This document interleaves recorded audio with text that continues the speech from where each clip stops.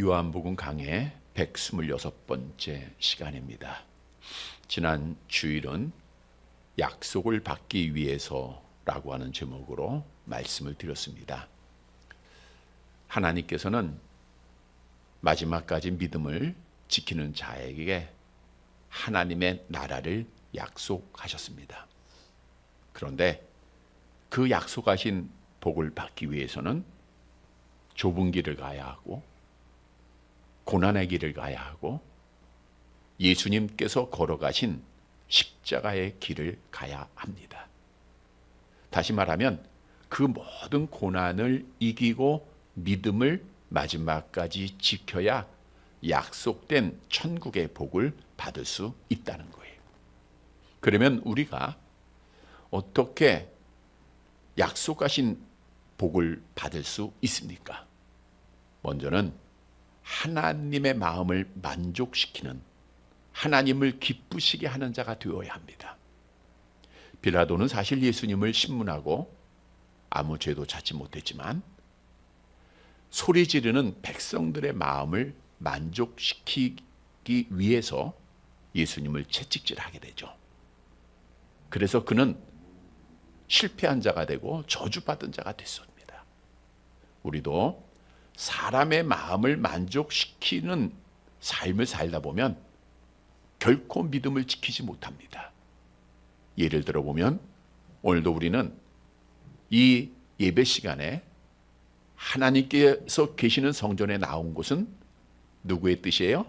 하나님의 뜻, 하나님의 마음을 만족시키기 위해서 나온 거예요. 그런데 사람의 마음을 만족시키기 위해서 우리가 예배를 빠지고 다른 세상적인 곳에 가 있다고 하면 믿음을 지키지 못하지 않습니까? 그래서 무엇을 하든지 믿음을 지키는 자는 내가 하나님을 기쁘게 하는 자인가 사람을 기쁘게 하는 자인가를 돌아봐야 합니다. 여러분들이 결정을 할 때 어떤 일을 하려고 할 때 이것이 과연 우리 주님이 좋아하는 일일까 싫어하는 일일까? 주님이 좋아하시는 일을 해야 마지막까지 믿음을 지키고 약속하신 복을 받게 된다는 거예요. 또한 약속하신 복을 받기 위해서는 그리스도의 고난을 감사해야 합니다. 지난주에 보면 로마 군인들에게 우리 주님께서 모진 고난과 조롱과 멸시를 받으셨습니다.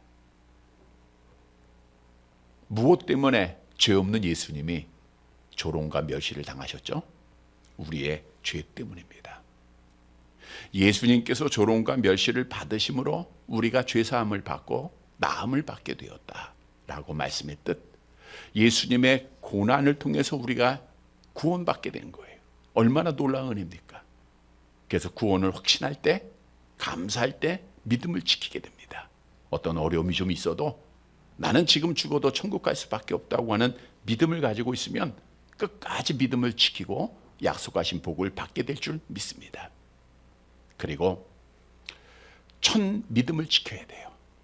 당시 유대인들이 예수님을 십자가에 못 박으소서 소리쳤지만 그들이 불과 5일 전 예수님을 찬양하던 자들이었습니다. 우리도 아무리 시대가 변하고 사람이 변해도 믿음만큼은 변하지 말아야 됩니다. 성경도 믿음을 지키는 자에게 면류관을 약속하고 있습니다. 따라서 주셨던 말씀을 꼭 기억하고 어떤 어려움이 있고 좀 아픔이 있고 시험이 있다 할지라도 마지막까지 믿음을 지켜서 우리 하나님께서 약속하신 복을 받는 살아가는 성도들이 되시기를 다시 한번 주님의 이름으로 간절히 바랍니다. 여러분, 우리 장로교는 하나님의 절대적인 주권을 믿고 있습니다. 하나님의 절대적인 주권이란 하나님께서 온 우주와 모든 피조물 위에 최고의 권위를 가지고 계시다라고 하는 뜻으로 하나님께서는 절대적인 주권을 가지고 통치하시고 다스리고 계십니다. 이사야서 64장 8절 말씀 함께 봅니다. 여호와여, 이제 주는 우리 아버지시니이다. 우리는 진흙이요 주는 토기장이시니 우리는 다 주의 손으로 지으신 것이니이다. 하나님은 뭐예요? 토기장이, 우리는 진흙이다. 모든 피조물, 우주는 진흙에 불과해요. 하나님은 토기장입니다. 토기장이가 권세를, 주권을 가지고 있듯 하나님께서 절대적인 주권을 가지고 계세요. 하나님의 주권을 우리 설교문에 보면 몇 가지를 말씀했죠. 먼저는 창조의 주권입니다. 이 말은 하나님께서는 창조하셨기에 모든 피조물에 대해서 권한을, 주권을 가지고 계시다는 거예요. 암송합니다. 창세기 1장 1절, 태초에 하나님 천지를 창조하시니라. 태초에 하나님이 천지를 창조하셨다. 그러니까 이 천지의 모든 것이 주인이 누구세요? 하나님이세요. 시편 24편 1절 같이 봅니다. 땅과 거기에 충만한 것과 세계와 그 가운데 사는 자들은 다 여호와의 것이다. 우주 천지 만물과 피조된 모든 사람들, 모든 것들이 다 여호와의 안에 있습니다. 또한 두 번째로 섭리의 주권이에요. 하나님은 모든 피조물의 주인이 되시고 그 모든 것을 친히 다 섭리하십니다. 우주의 역사, 인간의 삶, 하나님께서 주권을 가지고 계신 거예요. 잘하는 말씀이죠. 잠언서 16장 9절 함께 봅니다. 사람이 마음으로 자기의 길을 계획할지라도 그의 걸음을 인도하시는 이는 여호와시니라. 사람이 마음으로 자기의 길을 계획한다. 할 수 있어요. 그래서 하나님의 주권을 부인하는 자들은 자기들의 자유의지를 주장을 합니다. 우리 장로교도 인간의 자유의지를 부정하는 건 아니에요. 사람이 마음으로 자기의 길을 계획하는 건 누구의 의지예요? 나의 의지입니다. 거기까지만 보면 모든 것이 나의 뜻대로, 나의 생각대로 되어질 것 같죠. 그 다음 말씀이 뭐예요? 할지라도 그 걸음을 인도하시는 분은 누구세요? 하나님. 그러니까 주권을 가지신 분은 하나님이에요. 궁극적으로. 그러니까 우리의 계획과 생각은 결국 누구 안에 있어요? 하나님의 주권 안에 있다는 거예요. 로마서 8장 28절에도 모든 것이 합력하여 선을 이루신 분이 누구예요? 하나님이시다라고 성경은 말씀해 주고 있죠. 그래서 모든 일을 섭리하시는 분은 하나님이십니다. 세 번째로 구원의 주권입니다. 이 구원은 인간에게 달려있는 거 아니에요. 내가 노력해서, 내가 선택해서 구원받는 것이 아니라 처음부터 마지막까지 하나님께서 주권을 가지시고 행하신다는 거예요. 중요한 내용이죠. 우리가 잘 아는 대로 예배서 1장 4절에 보면 하나님이 창세전에 어떻게 우리를 택하셨어요? 하나님의 기쁘신 뜻대로. 그게 주권이에요. 그러니까 하나님은 주권을 가지시고 그냥 처음부터 택하신 거예요. 그들에게 사랑을 베푸신 거예요. 그들에게 구원을 베풀어 주신 겁니다. 로마서 9장 15절 함께 봅니다. 모세에게 이르시되 내가 긍휼히 여길 자를 긍휼히 여기고 불쌍히 여길 자를 불쌍히 여기리라 하셨으니, 하나님께 사랑하실 자의 어떤 것을 보신 것이 아니라 그냥 무조건적으로 주권을 가지시고 행하셨다는 거예요. 그래서 구원은 오직 하나님의 주권 속에 있기에 우리는 하나님의 구원을 확신할 수밖에 없는 거예요. 네 번째로 심판의 주권입니다. 마지막, 하나님께서는 모든 것에 대해서 심판하실 권리를 유일하게 가지신 공의로우신 분이심을 성경은 말씀하죠. 전도서 12장 14절입니다. 함께 봅니다. 하나님은 모든 행위와 모든 은밀한 일을 선악간에 심판하시리라. 하나님이 주권을 가지고 심판하신다는 거예요. 계시록 20장 12절 같은 말씀입니다. 그 보좌 앞에 서 있는데 책들이 펴 있고 또 다른 책이 펴졌으니 곧 생명책이라. 죽은 자들이 자기 행위를 따라 책들에 기록된 대로 심판을 받으니. 하나님의 주권 속에 심판을 받게 되는데 형벌을 기록한, 죄를 기록한 책이 있고요. 이건 택함받지 못한 자들, 또 상을 주시기 위해서 기록한 생명책의 여러분의 선한 일들, 오늘도 여러분들이 예배드린 이 모습 하나님이 다 기록해 놓으셨죠. 그런데 하나님의 그 공의로운 심판은 정확하고 온전합니다. 이 땅에 있는 심판은 굽어요. 사람에 따라서 또 돈에 따라서 달라져요. 그러나 마지막 하나님의 그 절대적인 심판은 하나님의 주권 속에 이루어지는 완전한 심판임을 성경은 말씀하고 있습니다. 여러분, 하나님의 절대적인 주권을 믿을 때 우리에게 유익이 있어요. 모든 일이 누구의 뜻대로 돼요? 하나님의 뜻대로. 아무리 부정을 해도 여러분 이런 얘기가 있어요. 앞으로 나갈 때는 내 뜻대로 나가려고 하는 알미니안주의자들이라는 거예요. 근데 그들조차도 뒤를 돌아보면 칼빈주의 임을 고백하게 된다 그래요. 이 말은 뭐냐? 여러분의 삶을 지금 시점에서 뒤돌아보면 내 뜻대로 됐습니까? 하나님 뜻대로 됐습니까? 하나님의 뜻대로. 그러니까 하나님의 주권대로 되었다는 것을 인정하지 않을 수가 없어요, 신앙인들은. 그래서 하나님의 주권을 믿는 사람은 하나님을 절대적으로 신뢰합니다. 내 뜻대로 안 되니까 어떻게 돼요? 하나님 앞에 맡기게 돼요. 그래서 칼빈주의자는 모든 현상 배후에 계시는 하나님을 발견하고 그분의 역사를 믿고 그분께 맡기는 삶을 살아갑니다. 또한 하나님의 주권을 믿으면 구원의 확신을 가져요. 서두에 말씀드린 대로 구원은 누가 주권을 가지고 계세요? 하나님이 나를 지금 잡고 계신 거예요. 확신을 갖게 됩니다. 그러니까 감사하게 되고 어떤 어려움이 있어도 인내하게 됩니다. 하나님의 주권을 믿으면 궁극적으로 하나님께서는 모든 일을 계획하시고 주권 속에 섭리하시기에 하나님의 뜻이 이루어질 뿐이에요. 그러니까 조금 힘들고 조금 아파도 소망을 잃지 않습니다. 하나님의 뜻에 순종할 뿐만 아니라 마음의 평안함을 갖게 되는 거예요. 여러분, 하나님의 절대적인 주권을 믿고 하나님께서 주시는 유익한 복을 받게 되기를 바랍니다. 하나님의 절대적인 주권은 인간의 한계를 뛰어넘는 위대한 진리이며 우리 기독교 신앙의 기초입니다.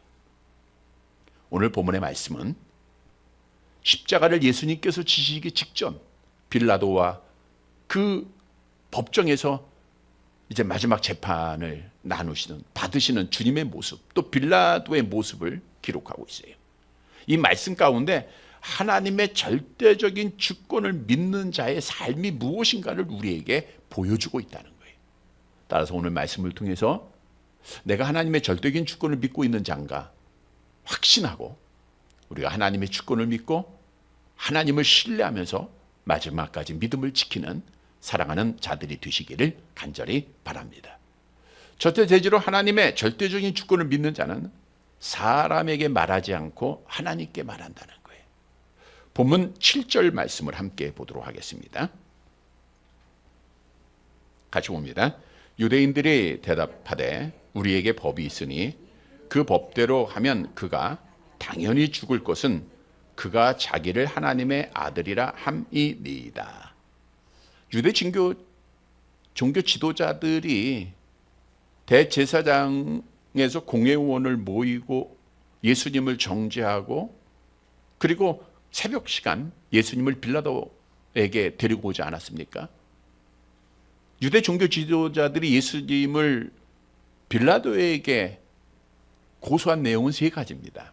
이건 이제 로마법에 의해서 판결해달라고 하는 뜻으로 첫째로는 예수님께서 밀란을 일으켰다는 거예요. 사실 예수님이 가는 곳곳마다 인산인해 수많은 사람들이 모였어요. 그런데 한 번의 사고도 한 번의 밀란도 일어났어요? 안 일어났어요? 안 일어났잖아요. 이거 거짓된 제목이에요. 두 번째는 예수님께서 가이사에게 세금을 바치지 말라 했다는 거예요. 근데 실제 예수님은 가이사야 거에서는 가이사에게 바치라 말씀하셨잖아요. 이것도 거짓 제목이죠. 세 번째는 예수님이 왕이다라고 하셨다는 거예요. 그래서 빌라도가 그 세 가지 제목을 가지고 예수님을 처음 신문할 때 뭐 다른 것보다 예수님이 왕이다라고 하는 것에 집중해서 질문하지 않았습니까? 그리고 나서 빌라도가 뭐라 그래요? 당신 유대인의 왕이 인정했어요. 유대인의 왕이구나. 그리고 나서 이제 지난주 마지막 그 6절 하반절에 보면 이렇게 말을 해요. 우리 19장 6절 하반절 설교 보시면 됩니다. 같이 봅니다. 빌라도가 이르되 너희가 친히 데려다가 십자가에 못 박으라. 나는 그에게서 죄를 찾지 못하여. 그러니까 종교 지도자들이 놀라죠. 이제 빌라도가 예수님을 십자가에 못 박아 죽이기를 원했는데 아무 죄도 찾지 못하고 놓아주려고 하니까, 그래서 당황해서 오늘 본문 7절에서 그들이 이런 말을 하는 겁니다. 우리에게도 법이 있으니 그 법대로 행하면 그가 당연히 죽을 것입니다. 예수님이 살인죄를 죽을 죄를 졌다는 것이죠. 그러면 유대인들이 말하는 예수님이 범한 그 죽을 죄는 무엇을 의미하고 있는가? 오늘 본문 7절 하반절에 오니까 뭐라 그랬어요? 그가 자기를 하나님의 아들이라 함이니라. 하나님의 아들이라 함이라는 것은 하나님이라 하셨다라는 거예요. 우리 요한복음 10장 30절에 말씀하셨죠. 주님이 같이 봅니다. 나와 아버지는 하나이라. 당시의 율법에는 하나님의 이름을 더럽힌 자들, 하나님의 이름을 모독한 자들 죽도록 되어 있습니다. 레위기서 24장 16절 같이 봅니다. 여호와의 이름을 모독하면 그를 반드시 죽일지니 온 회중이 돌로 그들을 칠 것이 됐어요. 돌로 쳐 죽여라 그랬어요. 자, 그러니까 당시의 유대의 종교 지도자들은 예수님께서 당신이 하나님이라 하셨으니 구약의 율법에 의해서 돌로 쳐 죽일 수가 있었어요, 없었어요? 있었던 거예요. 스데반 집사도 그렇게 죽이지 않았습니까? 근데 여기 중요한 문제가 있어요. 왜 유대 종교 지도자들이 예수님을 정죄하고 돌로 쳐 죽이지 않고 로마법으로 죽이기 위해서 예수님을 빌라도에게 끌고 왔느냐는 거예요. 그 이유는 유대 종교 지도자들은 당시에 예수님을 많은 무리들이 따랐기에 그 책임을 면하기 위해서 빌라도에게 떠넘긴 겁니다. 근데 사실 말씀을 드린 대로 빌라도에게 떠넘기는 이유를 대제사장들은 인간적인 방법에서 찾았지만 빌라도에게 떠넘기고 로마법에 처형될 경우 예수님은 십자가에 나무에 달려 죽어야 돼요. 그런데 예수님은 이미 자기가 어떠한 죽음을 맞이할 것인가를 말씀을 하셨죠. 요한복음 3장 14절 같이 봅니다. 모세가 광야에서 뱀을 든 것 같이 인자도 들려야 하리니. 그러니까 예수님은 돌에 맞아 죽는다고 했어요? 나무에 달린다고 하셨어요? 나무에 달린다고 하셨던 거예요. 그러니까 하나님의 섭리 속에, 그러니까 누가 주권을 가진 거예요? 하나님의 주권 속에 그들이 행했다라는 것을 알 수 있어요. 자, 당시의 유대인들이 저 사람이 왕이라고 했어. 그래서 우리가 죽일 수 있어 라고 하는 말을 빌라도가 들으니까 자기도 신문에 보니 더욱 예수님에 대해서 무서움을 갖게 된 거예요. 본문 8절과 9절 함께 봅니다. 빌라도가 이 말을 듣고 더욱 두려워하여 다시 관정에 들어가서 예수께 말하되 너는 어디로부터냐 하되 예수께서 대답하여 주지 아니하시는. 더욱 두려워했다는 것은 이미 두려워했다는 거예요. 예수님을 처음 신문하고 아무 죄도 찾지 못하고 예수님이 유대인의 왕이구나 라는 것도 인정하고 두려워했어요. 그런데 유대인들조차도 그를 죽이려고 하는 자들조차도 예수님이 하나님이십니다 라고 말을 하니 얼마나 큰 두려움이 그에게 있었겠습니까? 뿐만 아니라 빌라도가 더욱 두렵게 된 이유는 그의 아내 때문입니다. 마태복음 27장 19절 같이 봅니다. 총독이 재판석에 앉았을 때에 그의 아내가 사람을 보내어 이르되 저 옳은 사람에게 아무 상관도 하지 마옵소서. 오늘 꿈에 내가 그 사람으로 인하여 애를 많이 태웠나이다 하니라. 더욱 두려웠죠. 그래서 빌라도는 예수님께 질문합니다. 너는 어디로부터냐? 이거는 육신적인 어떤 출신을 말한 거 아니야. 이미 빌라도는 갈릴리 사람 예수라는 거 알았어요.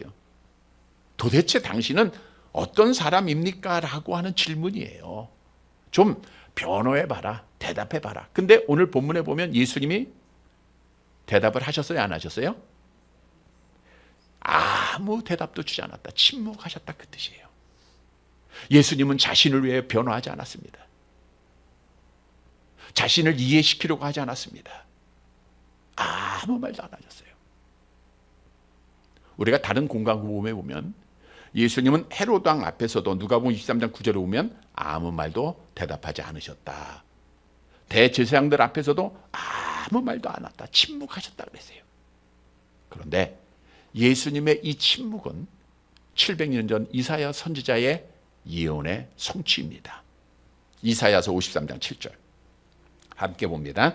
그가 곤욕을 당하여 괴로울 때에도 그의 입을 열지 아니하였으며 마치 도수장으로 끌려가는 어린 양과 털 깎는 자 앞에서 잠잠한 양같이 그의 입을 열지 아니하였도다. 그대로 이루어지지 않습니까? 여러분, 이 놀라운 일들이에요. 자, 그러면 예수님께서는 왜 침묵하셨는가? 일반적이라고 하면 억울한 일 당했잖아요. 자기 변명이 있어야 되고 변호도 있어야 되고 자기에 대해서 설명도 하면서 무죄를 입증해야 되지 않습니까? 그런데 예수님이 침묵하신 이유는 모든 일에 절대적인 주권을 가지신 하나님 아버지의 뜻을 알았기 때문에 그래요. 주권자 하나님 아버지께서 독생자 예수님에게 주셨던 뜻은 뭐예요? 택한 백성들의 죄를 담당하고 십자가를 지는 일이에요. 그러니까 사람 앞에 말해봐야 아무 해결책이 되지 않는 거예요. 다시 말하면 예수님은 하나님의 절대적인 주권을 알았기에 침묵하셨다는 거예요. 사람 앞에는 침묵하셨다는 거예요. 여러분, 우리에게 주는 교훈입니다. 우리도 하나님의 절대적인 주권, 창조와 섭리와 구원과 심판에 대한 그 주권을 믿고 있다고 하면 우리는 사람 앞에서는 침묵하라는 거예요. 근데 우리가 억울한 일을 당하고 답답한 일을 당하고 그러면 어떻게 해요? 사람 찾아서 말해야죠. 삼자대면 해야 되잖아요. 나는 그렇게 말 안 했고 내가 그렇게 행동한 것이 아니고 오해를 풀려고 많은 노력을 합니다. 그런데 우리 인간은 다 연약하기에 말에 실수가 있어요, 없어요? 실수가 다 있어요. 그래서 성경도 잠언서 10장 19절 내려가 봅니다. 말이 많으면 허물을 면하기 어려우나 그 입술을 제어하는 자는 지혜가 있느니라. 우리가 지금까지 삶을 통해 경험한 대로 사람에게 오해를 풀렸다고 해서 오해 풀어진 적이 없어요. 또 다른 오해를 낳고 인간의 본성이 그렇습니다. 그래서 하나님의 절대적인 주권을 믿는 자는 주님의 모습을 본받아 사람 앞에 침묵하고, 여러분, 사람 앞에 침묵한다는 것은 누구한테 말한다는 거예요? 하나님께 말한다는 거예요. 하나님께. 우리 주님도 사람 앞엔 침묵하시고 하나님 아버지께 기도했잖아요. 마지막까지 기도하셨잖아요. 유대의 히스기야 왕이 아스루 왕 사네립이 많은 군사를 이끌고 예루살렘을 에워싸고 하나님을 조롱하고 위협을 가합니다. 그때 히스기야 왕은 사람 앞에 침묵하고 하나님 앞에 나와서 이렇게 말했어요. 열왕기하 19장 6절 같이 봅니다. 여호와여, 귀를 기울여 들으소서. 여호와여, 눈을 떠서 보시옵소서. 사네립이 살아계신 하나님을 비방하러 보낸 말을 들으시오. 사람 앞에 침묵하고 하나님 앞에 말하는 거예요. 하나님께 기도하고 무릎 꿇는 겁니다. 히스기야 왕이 죽을 병에 걸렸을 때에도 어떻게 했습니까? 이사야 38장 2절 같이 봅니다. 히스기야가 얼굴을 벽으로 향하고 여호와께 기도하여 이르되 여호와여 구하오니. 모든 생사의 주권을 누가 가지고 있음을 알았어요? 하나님께 있음을 알고 하나님께 기도한 것밖에 없어요. 사람 앞에 말하지 않고 사람 방법 찾지 않고 하나님께 그가 무릎을 꿇었을 때 하나님께서 나라를 살려주셨고 그의 병을 고쳐주셨습니다. 다니엘도 중상모략을 당해 사자굴 속에 던짐을 받아야 할 것을 알아요. 근데 사람 찾아서 자기 변호하지 않아요. 하나님 앞에 먼저 기도해요. 하나님 앞에 말을 했습니다. 왜냐하면 하나님의 절대적인 주권을 믿었기 때문입니다. 따라서 여러분, 내가 하나님의 절대적인 주권을 믿느냐 믿지 않느냐 아주 단순합니다. 어떤 문제가 생기고 사고가 생기고 아픔이 생기고 병들이 생기고 억울한 일을 당하고 답답한 일을 당했을 때 내가 사람을 찾아 말하느냐 먼저 하나님을 찾아 말하느냐 여기에 달려있는 거예요. 사람을 찾아 말한 자는 결국에는 실패하게 되고 믿음 못 지켜요. 그러나 먼저 하나님을 찾고 하나님 앞에 간구한 자, 너희는 먼저 그의 나라와 그의 의를 구하라 그랬죠. 하나님 앞에 무릎 꿇는 자는 반드시 승리하고 믿음 지킵니다. 하나님의 주권을 믿는 자들이에요. 성도 여러분, 하나님의 절대적인 주권을 믿고 어떤 말을 듣고 어떤 아픔이 있고 어떤 어려움이 있어도 절대로 사람 앞에는 침묵하고 하나님께 말하고 하나님 앞에 먼저 기도하여서 하나님 앞에 해결받고 하나님 앞에 복받는 사랑하는 성도들이 되시기를 간절히 바랍니다. 두 번째로 하나님의 절대적인 주권을 믿는 자는 하나님을 신뢰하고 모든 것을 하나님께 맡기게 됩니다. 본문 10절 함께 봅니다. 빌라도가 이르되 내게 말하지 아니하느냐 내가 너를 놓을 고난도 있고 십자가에 못 박을 고난도 있는 줄 알지 못하느냐. 빌라도는 하나님의 주권을 믿어야 안 믿어요? 안 믿으니까 내가 권세가 있는 줄, 내가 그 고난이 있는 줄 알고 어리석은 말을 하는 거예요. 하나님이 없다 보니 야 나는 너를 놓을 고난도 있고 너를 십자가에 죽을 고난도 내가 있어. 그 말을 듣고 예수님이 대답하시죠. 11절 함께 봅니다. 예수께서 대답하시되 위에서 주지 아니하셨더라면 나를 해할 고난이 없으리니 그러므로 나를 내게 넘겨준 자의 죄는 더 크다 하시니라. 예수님이 대답합니다. 그래 맞아, 네가 고난 가진 거 맞아. 그 고난 누구한테 받았어요? 가이사 총독에게 받은 거예요. 근데 그 고난을 제일 큰 고난을 처음부터 주신 분이 누구라고요? 하나님이라는 거예요. 그러니까 결국 하나님의 주권이죠. 여러분, 이 땅에 있는 모든 권세들, 뭐를 행하는 모든 일들은 하나님께서 주셔야 된다는 거예요. 로마서 13장 1절 함께 봅니다. 각 사람은 위에 있는 권세들에게 복종하라. 권세는 하나님으로부터 나지 않음이 없나니 모든 권세는 다 하나님께서 정하신 거라. 그러니까 빌라도도 하나님의 도구로 사용하도록 하나님이 권세를 주신 거예요. 그리고 주님 말씀합니다. 나를 내게 넘겨준 자의 죄는 더 크다. 물론 다 똑같은 죄지만 더 큰 죄. 누구예요? 유대인들이었죠. 여러분 보세요. 빌라도는 하나님의 주권을 믿지 않으니까 자기 마음대로 내가 뭔가 할 수 있다고 생각을 해요. 그러나 예수님은 빌라도에게 주권을 주신 분이 누구라고 고백했어요? 하나님.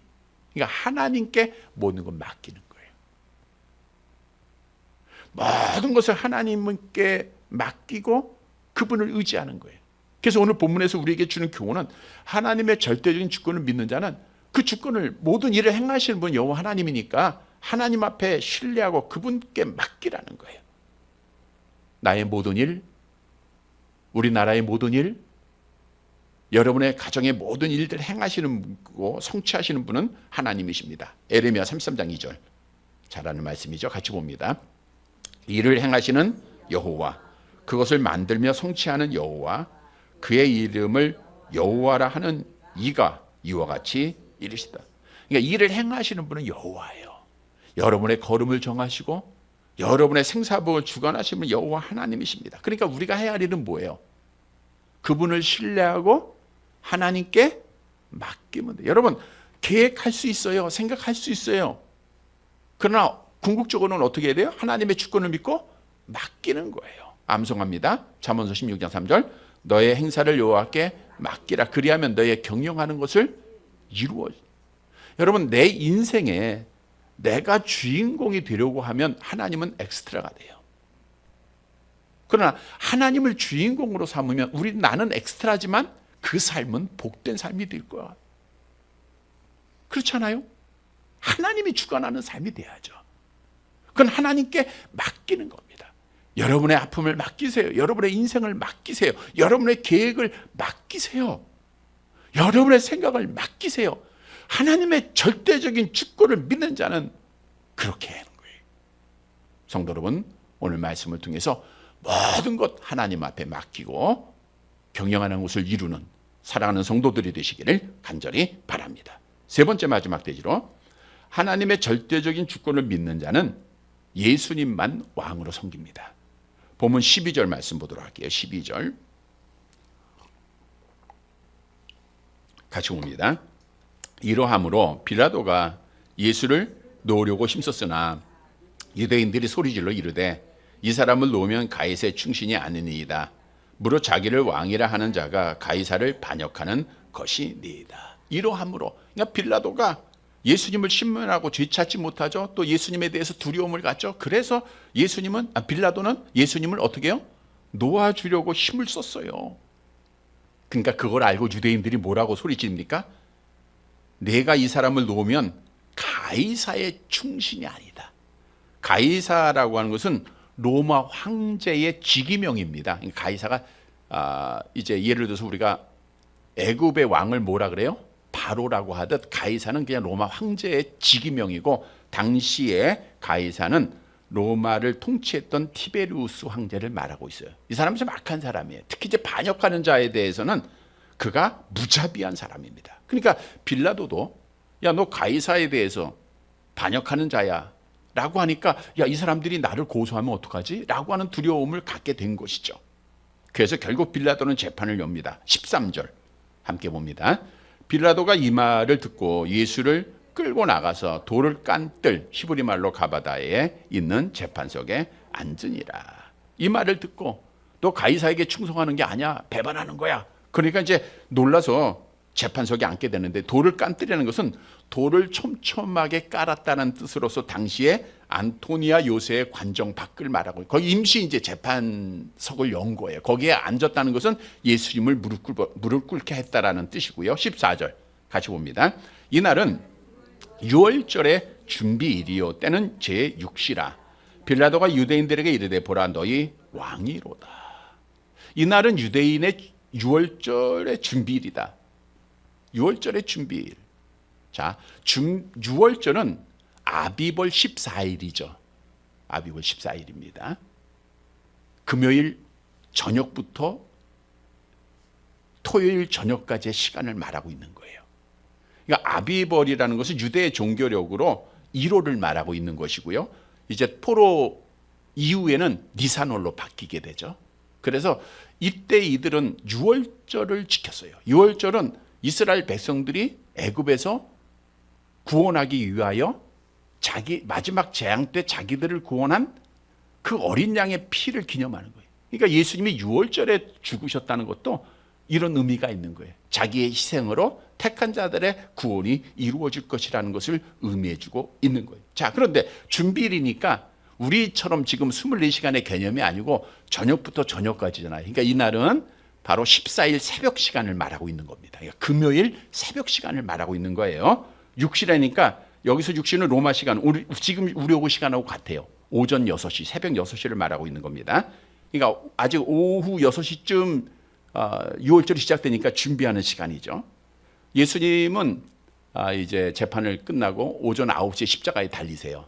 12시부터 3시까지 하나님 아버지께로부터 버림받고 암흑의 시간이 있게 되죠. 자, 이제 빌라도가 예수님을 유대인들에게 보이며 말합니다. 보라 너희 왕이로다. 너희 왕이로다. 자, 이 말은 빌라도가 유대인들을 조롱하면서 한 말입니다. 너희들이 왕이라고 하는 사람의 모습을 한번 봐라. 여러분 재판 속에 끌려온 예수님의 모습을 한번 상상해 보세요. 이전에 보니까 채찍질을 당했잖아요. 채찍질 당했으니까 살점이 떨어져 나고 피가 쫙 흘릴 거예요. 몸에. 머리에는 뭘 썼어요? 가시관 썼으면 머리에도 피가 쫙 흘릴 거야 합니까? 옷은 뭐예요? 당시에 홍색 옷을 입혔잖아요. 그러니까 너무 비천한 모습이에요. 처참한 모습이에요.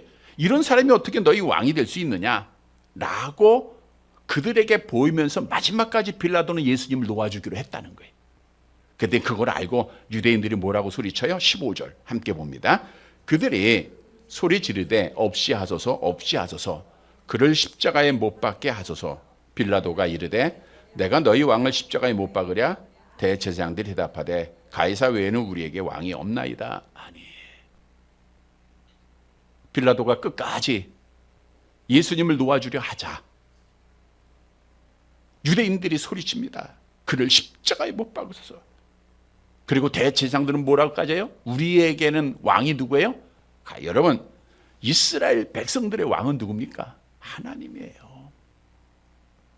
하나님을 버리고 이들이 우상 숭배하는 자를 왕으로 섬겼다는 것은 저들이 특히 종교 지도자 대제사장이 하나님을 버렸다는 것을 말하고 있는 거예요. 그래서 결국 16절 마지막 절 같이 봅니다.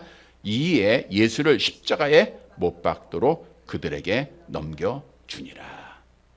빌라도는 재판관으로 정의를 실현하지 않았고 합법적인 절차에 따라 양심적으로 판결하지 못하고 가이사의 충신이 아니라라고 한 말로 왕 대신 예수님을 버리고 결국 십자가에 못 박아 죽입니다. 그래서 우리가 오늘도 본디오 빌라도에게 고난을 받으다 십자가에 못 박혀 죽으시고 저주받은 자가 된 거예요. 왜요? 하나님의 주권을 믿지 않고 자기 뜻대로 할 수 있다라고 생각했기 때문입니다. 여러분, 또한 종교 지도자들도 하나님의 절대적인 주권을 믿지 않았기에 하나님을 왕으로, 예수님을 왕으로 믿고 섬겨야 하는데 누구를 왕으로 섬겼어요? 가이사를 왕으로 섬기다 보니 결국 예수님을 죽이는 죄를 범하지 않았습니까? 여러분, 우리에게 주는 교훈입니다. 하나님의 주권을 믿지 않으면 세상을 왕으로 섬겨요. 그러나 하나님의 주권을 믿는 자들은 우리 하나님을, 우리 주님을 왕으로 섬긴다라고 하는 사실이에요. 그러면 우리의 왕은 누군가? 예수님이 우리의 왕이십니다. 예수님은 이사야 선지자의 예언대로 왕으로 이 땅에 오셨고요. 동방박사들이 뭐라 그랬어요? 유대인의 왕으로 나시니가 어디 있느냐? 그리고 예수님의 그 죄패에는 뭐라고 붙었어요? 유대인의 왕이라고 했어요. 여러분, 우리 예수님은 처음부터 마지막까지 진짜 왕이십니다. 따라서 우리는 하나님의 주권을 믿고 예수님을 왕으로 모셔드린 자들이 되어야 돼요. 그러면 예수님을 왕으로 모셔드린다라는 것은 무엇을 의미하고 있죠? 내가 내 삶의 왕이었다가 나를 버리고 예수님을 왕으로 모신다는 것은 왕 대신 주님께 절대적으로 순종하겠다는 거예요. 다시 말하면 하나님의 절대적인 주권을 믿는 사람은 하나님께 절대적으로 순종합니다. 우리 예수님은 하나님 아버지의 주권을 믿었어요, 안 믿었어요?